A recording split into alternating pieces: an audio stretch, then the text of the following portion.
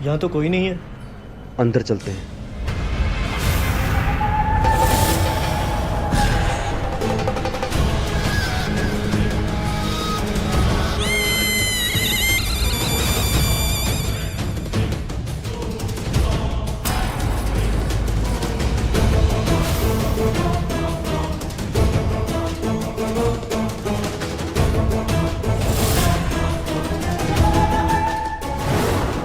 कौन हो तुम लोग?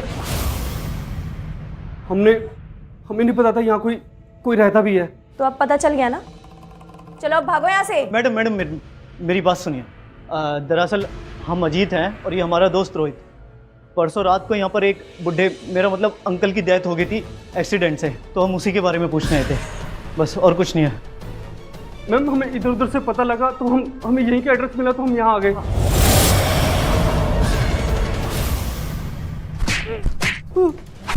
कहाँ मर गए थे बंसी? इन दोनों लड़कों को मार कर ना किसी झील किनारे फेंक कर आओ।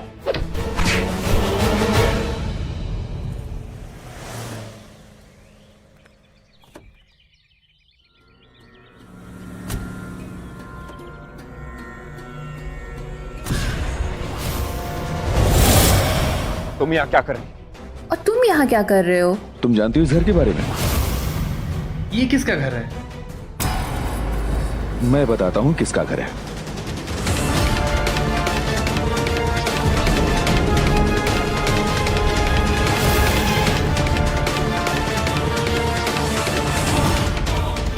चलो अंदर देखते हैं कि माजरा क्या है। पुलिस को फोन कर दिया, वो भी आ ही रही होंगी। अच्छा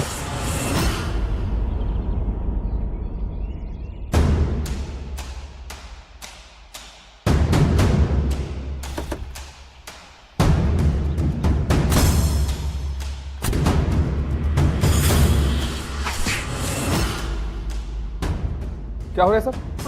कौन ये लोग? क्या हो रहा है सब? बताओ किसका घर है और कौन हो तुम? हमें बताओ कौन हो तुम और प्रभाकर से तुम्हारा क्या रिश्ता है?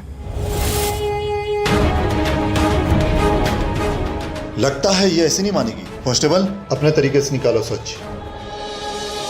ऐश्वर्या दुबे। जानना चाहोगे मैं कौन हूँ? प्रभाकर दुबे की तीसरी और नाजायज औरत।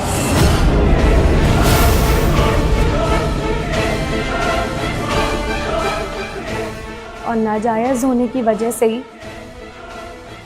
पिताजी ने मुझे इस पूरी दुनिया से छुपा कर रखा।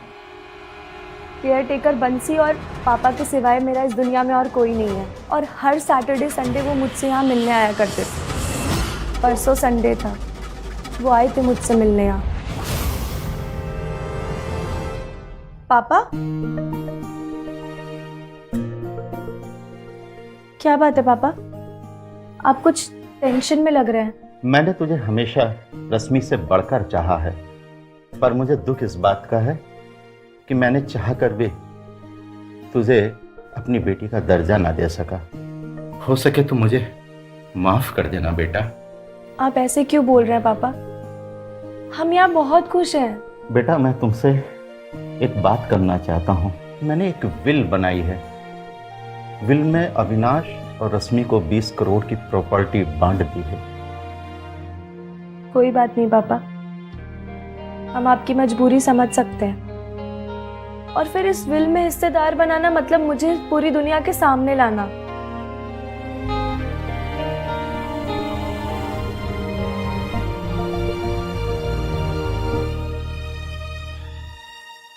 वैसे पापा एक बात पूछूं? हाँ बेटा पूछो। अविनाश और रश्मि को इस विल के बारे में तो नहीं पता है ना? नहीं, पर तुम क्यों पूछ रही हो? अरे नहीं पापा, ऐसी कोई बात नहीं है। अरे वो आजकल न्यूज में दिखाते हैं ना कि बच्चों ने पैसों की लालच में आके बाप का खून कर दिया, और फिर खुदा ना खास्ता अगर आपको कुछ हो गया तो। मैं जानता हूँ पैसों की लालच में अक्सर रिश्ते खराब हो जाते हैं। अविनाश की गलत संगत से मैं वाकिफ हूँ। उसने अपने बिजनेस शुरू करने के लिए गलत लोगों से काफ़ी पैसा उधार ले लिया है। और उधर रश्मि एक सड़क छाप कॉन्ट्रैक्टर से शादी करने के लिए जिद पे अड़ गई है। मैं ऐसा हरगिज़ नहीं होने दूंगा।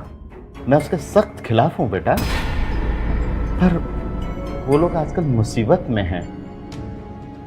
मुझे डर है कि कहीं वो मेरे खिलाफ ना चले जाएं। इसीलिए मैंने एहतियातन विल में एक क्लॉज डाल दिया है। पापा ने हमें विल के उस क्लॉज के बारे में बताया था, जिसके हिसाब से अगर रश्मि और अविनाश उनकी मौत के जिम्मेदार हुए तो उन्हें प्रॉपर्टी से बेदखल कर दिया जाएगा। और हमने तभी फैसला कर लिया था कि हम अपना हक छीन कर रहेंगे। और फिर मैंने बंसी को कुछ पैसे देकर अपने प्लान का हिस्सा बना लिया। और उसी रात पापा कानपुर वापस निकल रहे थे और किसी को कुछ ना पता चले, इसलिए वो हर बार कानपुर से इटावा बस से ही आते थे।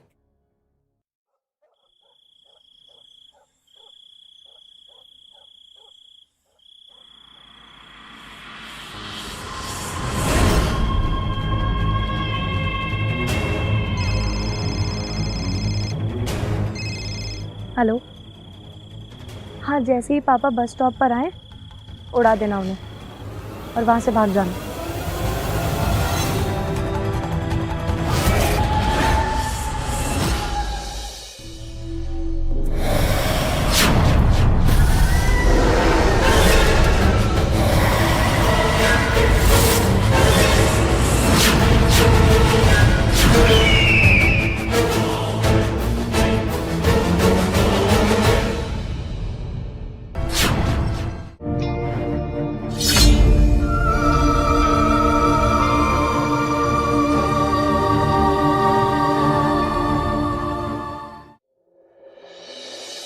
रोहित और अजीत, तुम दोनों तो प्रैंक स्टार हो ना? यहाँ क्या कर रहे हो? ये क्या है? लोकी प्रैंक? अबे तुम भी वही सोच रहे हो जो हम सोच रहे हैं? हाँ बे, आला भूत का मखौटा पहनो और लोगों को डराओ। व्यूज देख रहे हो? 1 मिलियन। तो तैयार हो जाओ इंटरनेट पर वायरल होने के लिए। चलो।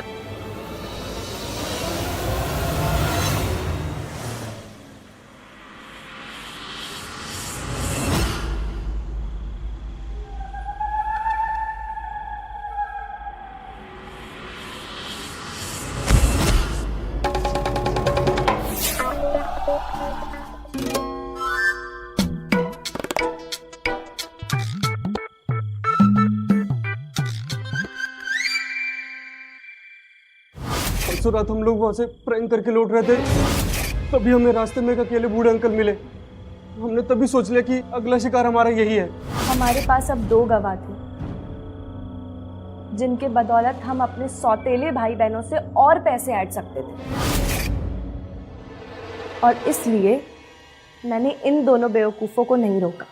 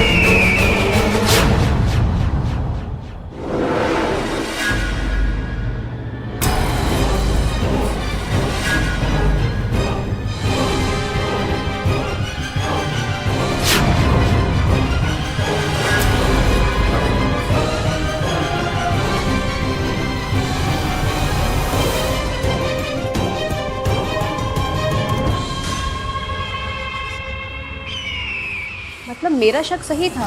पापा की पोस्टमार्टम रिपोर्ट के हिसाब से उनके एक्सीडेंट से पहले उनका हार्ट फेल हो गया था, और वो हुआ था रोहित और अजीत के बेतुके प्रैंक की वजह से। और ये वही आउट हाउस है, इसकी ईएमआई पापा के अकाउंट से कटती थी। इंस्पेक्टर साहब, अरेस्ट कीजिए इन सबको। पकड़ो इनको। रोहित और अजीत, तुम दोनों को प्रभाकर जी के खून के जुर्म में सजा होगी, और ऐश्वर्या और बंसी मौत की साजिश रचने के जुर्म में जेल जाएंगे।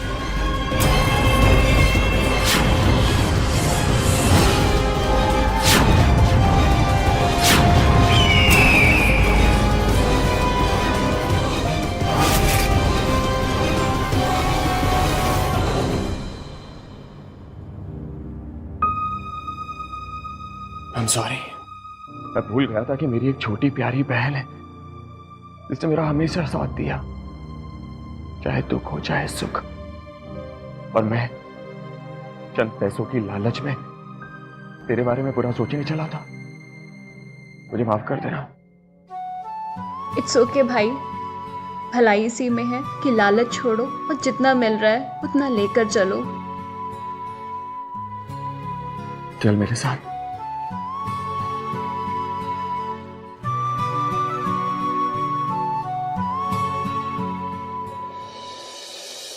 कितना जरूरी हो गया है आज के जमाने में इंटरनेट पर वायरल होना। मगर क्या हमने कभी सोचा है कि वायरल होने का जुनून हमें किसी की मौत का जिम्मेदार बना सकता है। प्रभाकर दुबे इसी पागलपन के शिकार बने, मगर इसके साथ ही वो शिकार बने अपनी ही बेटी के लालच का। वो शिकार बने अपनी उस सोच का जिसने उन्हें ऐश्वर्या को छुपाने के लिए मजबूर किया। अगर ऐश्वर्या को वो दुनिया के सामने अपना लेते तो आज प्रभाकर अपने तीनों बच्चों के साथ खूबसूरत समय बिताते। दोस्तों, बच्चों का साथ हमें तभी मिल सकता है जब हम उनके अच्छे बुरे वक्त में उनका साथ दें। बच्चों का मन कोमल होता है, उन्हें हमारे प्यार की जरूरत है। उस जरूरत को समझिए।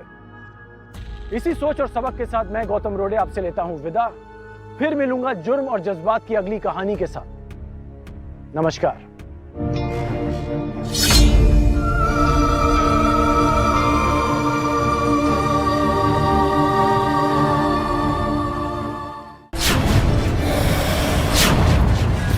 रोड एक्सीडेंट में किसी की मृत्यु होना एक आम बात है, मगर क्या ये महज एक एक्सीडेंट? सोच लो, दोस्त से रिश्ता बनाना चाहते हो या 5 लाख से। पापा का एक्सीडेंट नहीं बल्कि प्लान मर्डर हुआ है। जरा सोचो, पूरे 20 करोड़ की प्रॉपर्टी तुम्हारी। ये है हमारी परछाई। तीसरा बंदा यहाँ कौन है जिसकी परछाई दिखाई दे रही है? टावर जाने के बाद पता लगेगा ना कि कौन है वो जो ब्लैकमेलर बनकर इन रिश्तों को तार तार कर रहा है। तुम यहाँ क्या कर रही हो? अब तुम यहाँ पे क्या कर रहे हो?